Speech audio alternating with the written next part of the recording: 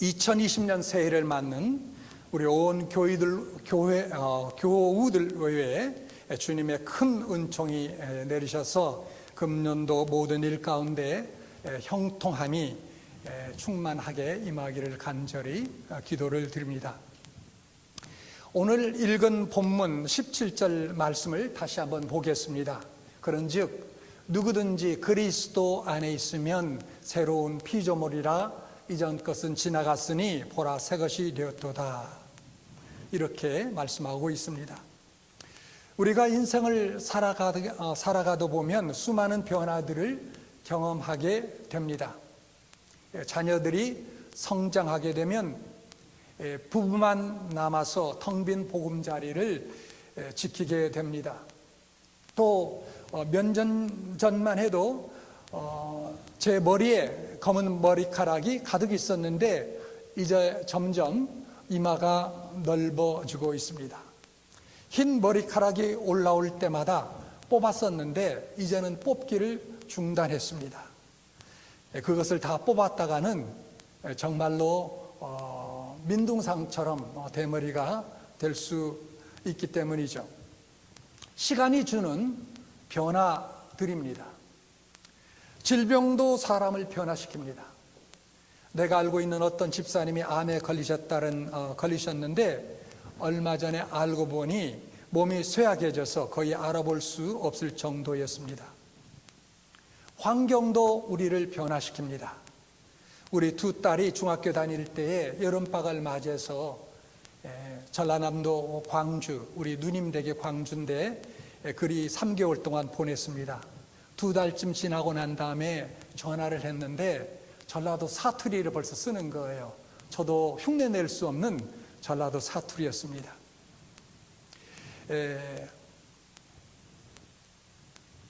우리가 공부하는 학습도 우리를 변화시킵니다.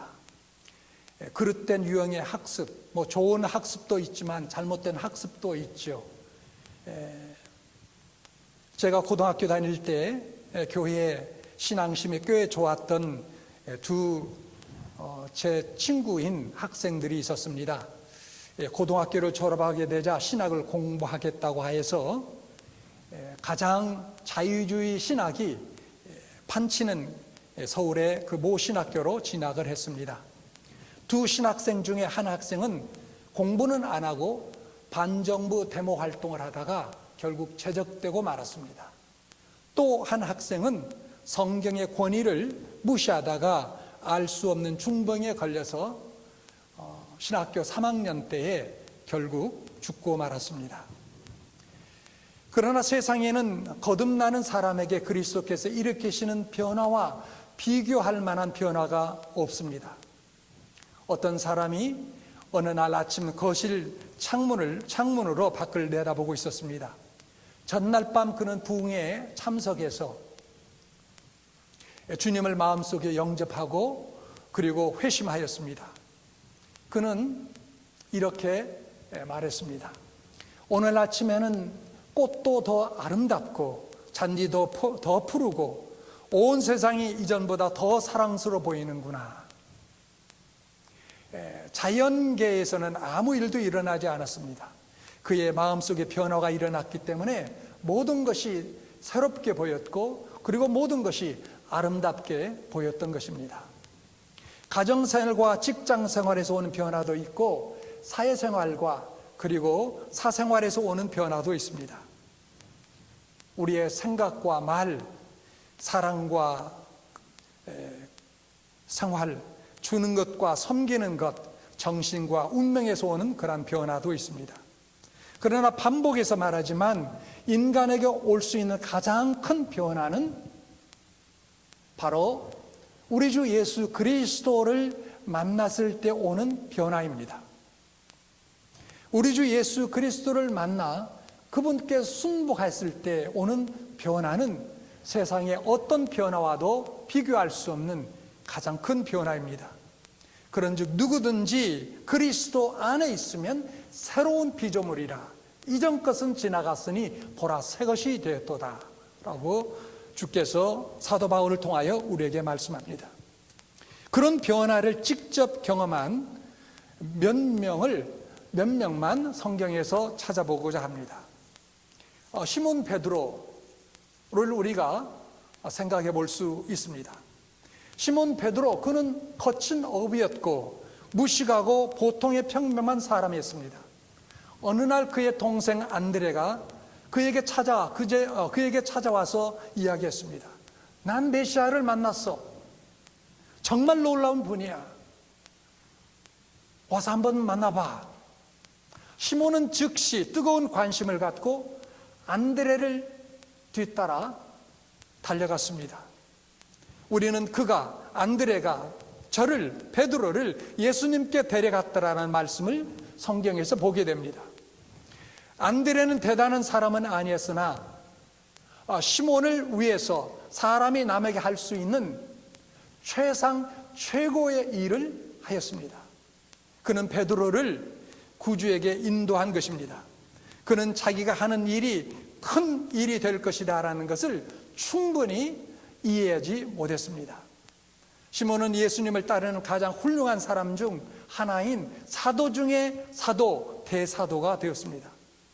여러분이나 저도 우리가 어떤 사람을 예수님께 인도할 때 어떤 큰 일이 일어날 줄 우리는 아무도 짐작하거나 알 수 없습니다. 예수님은 베드로의 삶을 변화시켰습니다. 거친 어부에서 강력한 전도자로, 그리고 성경의 기록자로, 그리고 전에는 비린내 나는 고기를 잡으러 바다로 나갔었는데 이제 그는 세상으로 나가 주님을 알지 못하고 영원한 지옥에 떨어지는 사람들을 주님 앞으로 인도하는 사람 낚는 어부가 되었습니다. 만일 여러분이 그에게 기회만 드린다면 우리 주 예수 그리스도께서는 여러분의 삶도 그렇게 변화시키실 것입니다. 또 한 분을 찾아볼까요? 요한복음에 나오는 우물가의 한 여인입니다. 어느 날 예수님은 어떤 우물가로 가셨는데 목이 마르셨습니다. 예수님 우물가에 앉으시고 제자들을 마을로 보내어 먹을 것을 구해오라고 하셨습니다. 그때 한 여자가 물을 기르러 나왔습니다. 정오 때였습니다. 여인들이 나오는 시간은 아니었지만 이 여자가 물을 길러 나왔던 것은 특별한 경우였습니다. 그녀는 남편을 벌써 5이나 두었고 현재 살고 있는 남자도 남편은 아니었습니다. 그녀에게는 삶의 만족과 기쁨을 전혀 어디에서도 얻을 수 없었습니다.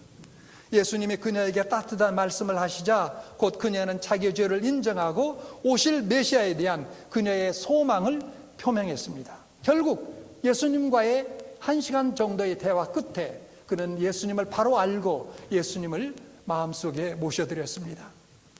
예수님 앞에서 우리는 재빨리 우리의 죄를 인정해야 됩니다.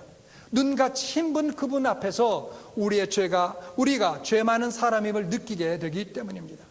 여러분 보십시오. 숯을 흰 천에다 놓고 보면 숯이 얼마나 더 흰가 분명하게 드러나는 것처럼 우리가 예수님 앞에 서게 되면 우리가 얼마만큼 큰 죄인인 것을 깨닫게 됩니다. 그렇게 깨닫게 될 때 우리의 죄를 주님 앞에 인정하고 자복하고 그리고 나서 주님을 받아들인다면 주님께서 우리의 삶 가운데 놀라운 변화를 일으키실 것입니다. 여러분이 예수님께로 가면 그가 여러분들 가운데 전에 경험하지 못했던 놀라운 새로운 역사를 이루십니다. 바로 이 여인에게 그렇게 하셨습니다. 새로운 사람이 된, 새로운 존재가 된 이 여인은 그것으로 만족하지 아니하고 그는 곧 성내로 들어가서 많은 사람들에게 그가 만났던 그 예수 그리스도를 전하기 시작했습니다. 여러분 그렇습니다. 우리가 예수 그리스도를 참으로 만나게 되면 내 안에 들어오신 예수 그리스도 그분을 전하지 않고는 견딜 수가 없게 될 것입니다. 여러분 한번 생각해 보십시오. 나를 구원해 주신 분, 영원한 지옥에서 영원한 멸망으로 영생토록 거기에서 빠져서 영원토록 그 비극적인 그러한 삶을 누릴 수밖에 없는 그러한 존재에서 변화시켜 영원한 천국을 소유하고 그걸 누리며 살 수 있는 그러한 은혜를 주셨다면, 그리고 그런 분이 예수 그리스도라면 어떻게 우리가 잠잠히 입 닫고 살 수 있겠습니까? 이 가련하고 불쌍하고 타락한 여자는 죄악의 깊은 수렁에서 구원받아 그 고마움을 표현하고자 했습니다.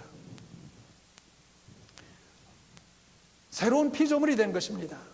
삶의 의미와 목적을 발견하게 된 것입니다.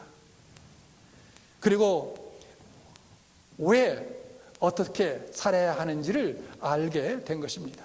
여러분, 베드로와 이 수가성의 한 여인만 여러분 그런 변화를 경험했습니까? 셀 수 없이 많습니다. 바리새인이었고 높은 관이었던 니고데모, 그리고 로마 정부를 위하여 일했던 세무서장 삭개오, 그리고 눈먼 거지 바디메오, 귀신 들려 무덤가에 쇠사슬에 묶여 지냈던 이름 없는 한 사람, 그리고 오늘 이 서신서를 기록한 여러분 바울을 보십시오. 여러분, 바울만큼 많이 변화된 사람도 거의 없을 것입니다. 바울은 새로운 피조물이 되기 전에는 교회를 핍박하던 사람이었습니다. 그리스도인들에 대한 적개심으로 가득 찼던 그런 사람입니다. 살기가 등등했습니다. 그러나 하나님의 사랑이 살기를 죽이고 그의 마음속에 생기를 불러 넣었습니다. 미워하는 마음은 살기요, 사랑하는 마음은 생기입니다. 미친 사람 날뛰며 교회를 대적하던 그가 이제는 교회와 그리고 복음을 위하여 미친 사람이 되었습니다. 사랑하는 여러분, 새해를 맞이하여 여러분에게 그런 변화의 사람이 되며 변화된 인생을 참으로 살아갈 수 있게 되기를 바랍니다. 지금까지는 그저 평범한 인생의 한 사람이었지만 이제부터는 놀라운 위대한 인물이 될 수 있기를 바라고 그러한 인생을 살아가는 여러분 될 수 있기를 바랍니다. 지금까지는 원망과 시비의 대상에 머물렀다 할지라도 이제부터는 진정으로 존경과 쓰임받는 가치 있는 인생의 주인공들이 될 수 있기를 바랍니다. 지금까지는 나의 문제 속에 허덕이며 괴로워하며 절망 속에 살았다 할지라도 이제는 새로운 인생과 삶을 살아갈 수 있는 그런 여러분들이 꼭 될 수 있기를 바랍니다. 자, 그렇다면 어떻게 그런 변화된 인생을 살아갈 수 있을까요? 그 비결은 무엇이겠습니까? 오늘 본문 속에서 우리는 그 대답을 함께 찾고 또 얻게 될 수 있게 되기를 바랍니다. 먼저 본문 속에 보면 새로운 피조물이라는 그런 말이 나오고 있지 않습니까? 이 정확한 개념이 필요합니다. 새 것에 대한 개념을 우리가 명확하게 성경적인 의미로 우리가 정리해야 할 필요가 있습니다. 우리는 무엇을 가지고 새 것이라고 합니까? 우리는 새로운, 새라는 말을 붙여서 여러 경우에 사용합니다. 여러분이 새 차를 막 사시면 이제 그 차를 가지고 친구들에게 또 이웃에게 소개할 때 내가 새 차를 샀어, 내 새 차 봐, 이렇게 얘기합니다. 집도 마찬가지죠. 새 집. 그리고 오늘 첫 주를 우리가 맞이해야 되는데 새해, 새색시, 막 결혼한 여자를 일컬어 우리는 새색시라고 부르죠. 자, 그러나 이렇게 지칭되는 모든 것들은 계속해서 새 것으로 머물 수 있습니까? 새 차가 계속 새 차가 됩니까? 새색시가 계속 새색시가 됩니까? 새 집이 계속 새 집이 될 수 있습니까? 그렇지 않습니다. 시간이 지나면서 새 것이 변화됩니다. 새 것이 헌 것이 됩니다. 시간의 흐름에 따라 금세 더 이상 새로운 이라는 말을 쓸 수 없게 되는 것입니다. 시간에 따라서 극히 제한적이고 그리고 상대적입니다. 그래서 전도서 기자는 1장 9절에 해 아래는 새 것이 없나니라고 말씀합니다. 태양 아래 새 것이 없다라는 거예요. 아무리 새 것 같지만 금방 새 것이 아니다라는 것이죠. 헛 것으로 변해버립니다. 그러나 오늘 본문 속 말씀 속에 바울은 일컫습니다. 그런즉 누구든지 그리스도 안에 있으면 새로운 피조물이라. 새로운 피조물이라. 자, 여기서 말하는 새로운 피조물이라는 것은 헛 것이 될 수 없는 그 말입니다. 항상 새로운 그런 존재다라는 거예요. 여러분, 이게 놀랍지 않습니까?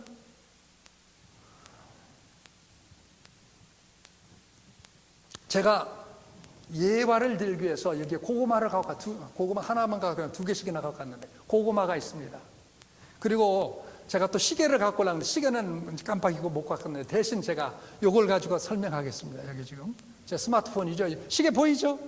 시계 1시 38분 지금 시계 명품 시계라고 합시다. 그 고구마예요. 여러분 비교해 보면 이게 비교할 수 없어요. 가격 면에서 비교가 안 됩니다. 엄청난 차이가 있죠. 이것은 그래도 100불 넘어가는 것이요. 제가 살 때는 500불, 600불 주고 산 것이지만 이것은 단돈 1달러, 2달러도 될 수 없는 그러한 가격입니다. 그러나 여기 시계는 더 이상 옛 것이 아닙니다. 더 이상 새 것이 아닙니다. 옛 것입니다. 그러나 여기에 이 감자를 땅에 묻어두면 어떻게 됩니까? 싹이 나고 다시 생명이 솟아납니다. 따라서 살아있는 것은 새 것이요 죽은 것은 낡은 것입니다. 여러분 시간의 흐름과는 무관하게 새로운 것이 있습니다. 그것은 곧 생명에 속한 것입니다. 이 고구마에게는 뭐가 있습니까? 살아있는 생명이 있습니다. 그러나 이 기계에는 생명이 없습니다. 그냥 작동되는 거예요.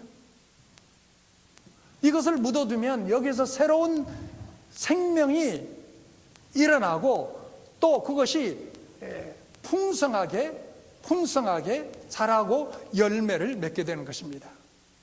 그래서 시간의 흐름과는 상관없이 새로운 존재로 변화되는 것입니다. 바울은 고린도후서 4장 16절에 이렇게 이야기합니다. 그러므로 우리가 낙심하지 아니하노니 겉사람은 후패하나 우리의 속은 날로 새롭도다 라고 얘기합니다.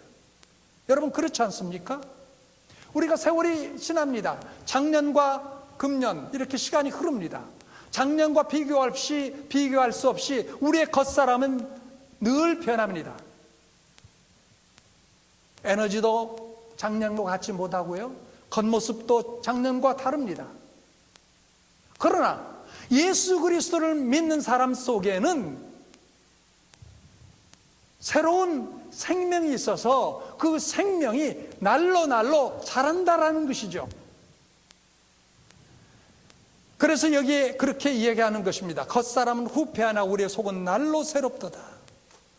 오늘 본문의 말씀에 의하면 그리스도 안에 있는 사람은 새로운 새 것이요 그리스도의 밖에 있는 사람은 옛 것이라고 이야기합니다. 비록 우리의 육체의 겉모습은 노화되어 가지만 내 안에 영적인 생명이 주어졌다면 오히려 시간이 흐르면 흐를수록 더욱더 새롭게 되는 존재가 바로 예수 안에 있는 새로운 존재, 새로운 피조물의 모습입니다. 여러분이 그것을 아셔야 돼요. 여러분의 겉모습은 변합니다. 그러나 속은 사실은 무엇입니까? 속은 새로워지고 있어요. 더 건강하게, 더 새롭게, 더 에너제틱하게 열정적으로 나아가게 된다는 말씀입니다. 이것이 정상이에요. 따라서 여러분, 진정한 기독교는 단순한 교리를 수용하는 것이 아닙니다. 기독교는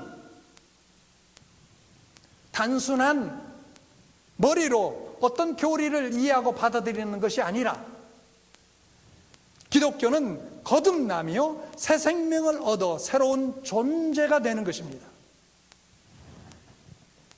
여러분 모두에게 이와 같은 놀라운 은혜로운 역사가 있게 되기를 바랍니다. 자, 그렇다면 어떻게 새로운 피조물로 거듭날 수 있겠습니까?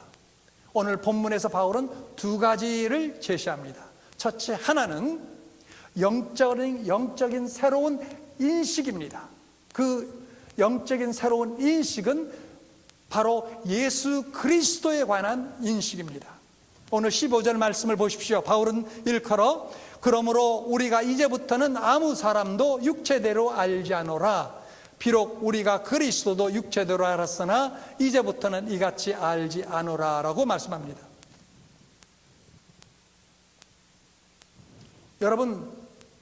여러분에게 묻습니다. 여러분은 현재 예수 그리스도를 어떤 분이라고 생각하고 있습니까?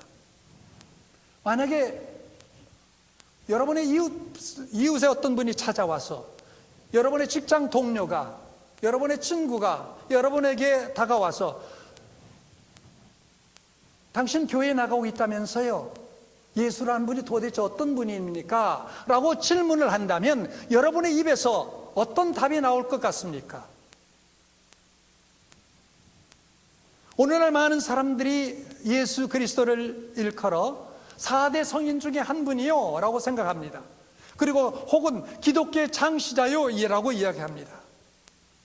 어릴 적에 교회 다니고 성경을 좀 보신 분들은 예수 그리스도를 선한 분이라, 예수 그리스도는 병자를 고치시고 원수까지도 사랑하라고 말씀하시는 그러한 위대한 스승과 같은 분이다 라고 말하고 있습니다. 그런데 여러분, 문제는 여기까지 아는 이런 사람은 예수를 아는 것 같지만 모르는 사람들입니다. 왜 그렇습니까? 바로 예수 그리스도를 육체로만 알기 때문입니다. 바울도 예수 그리스도를 육체로만 알았습니다.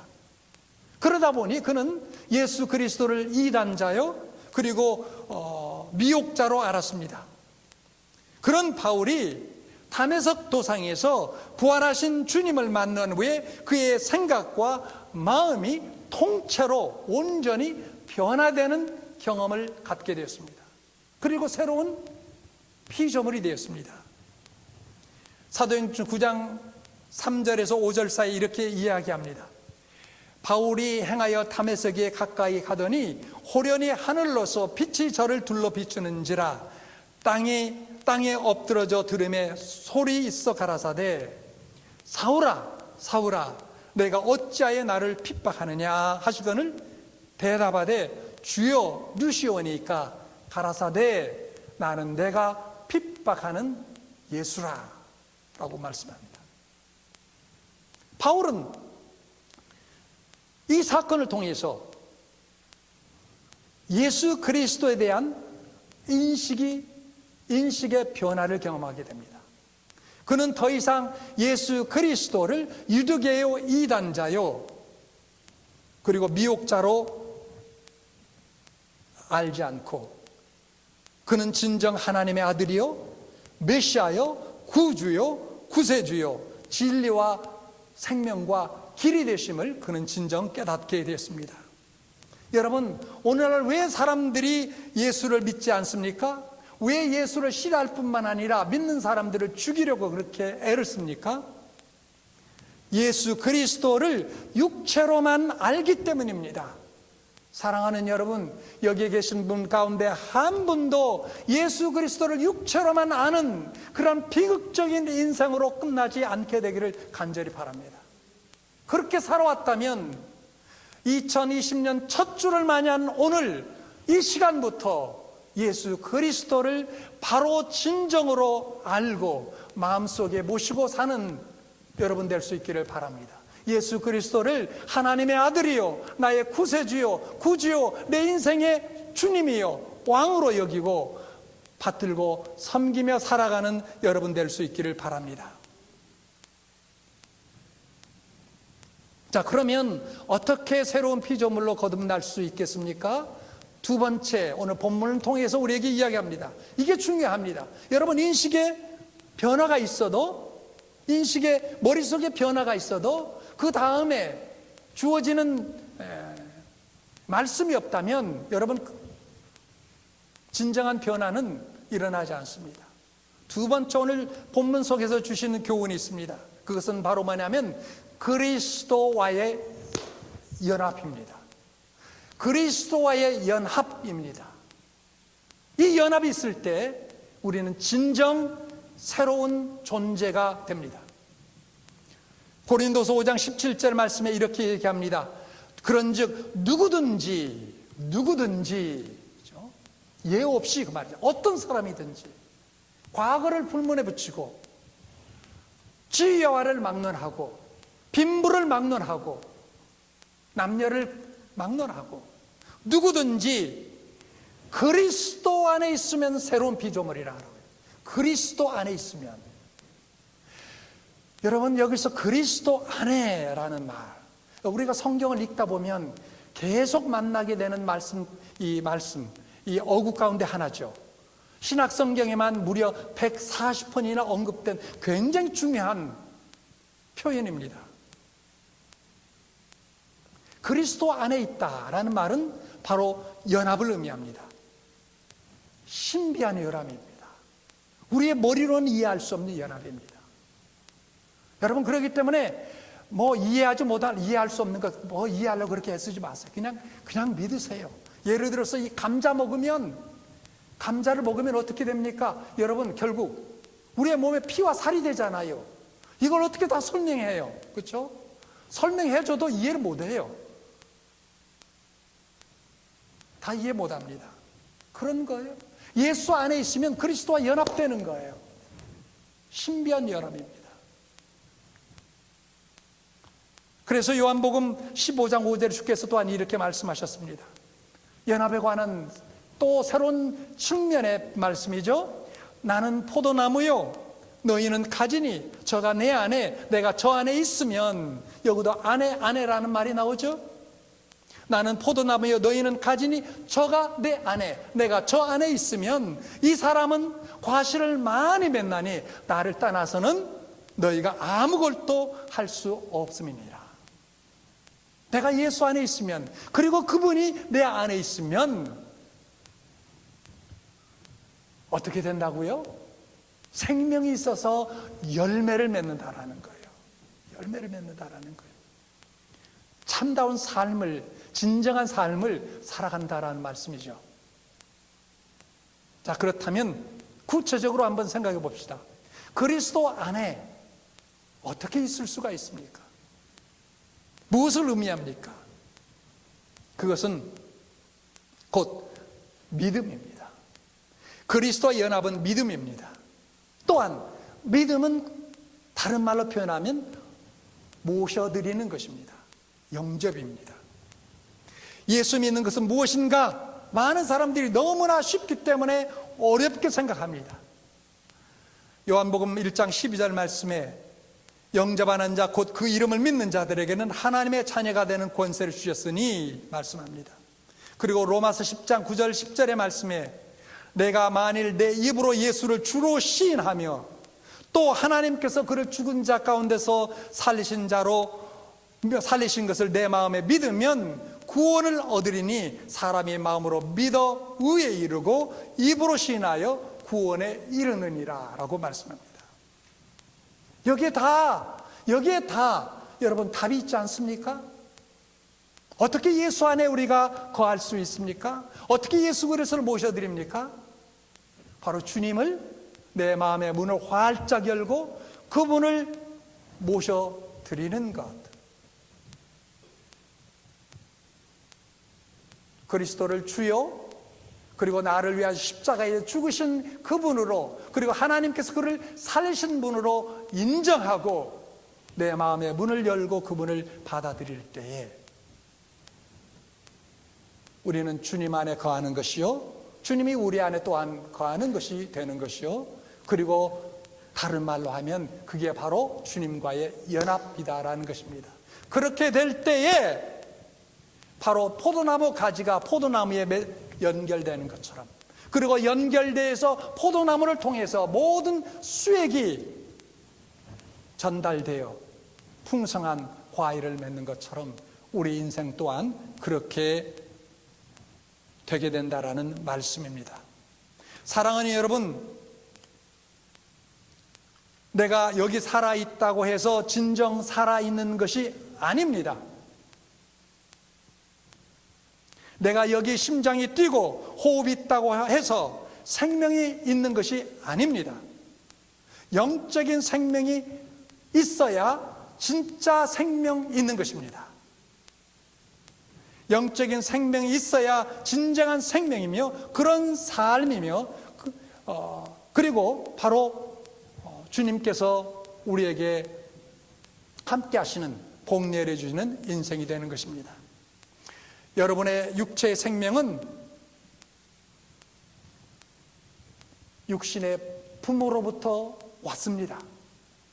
저의 육체의 생명도 비록 돌아가셨지만 제 어머님과 아버님을 통해서 왔습니다.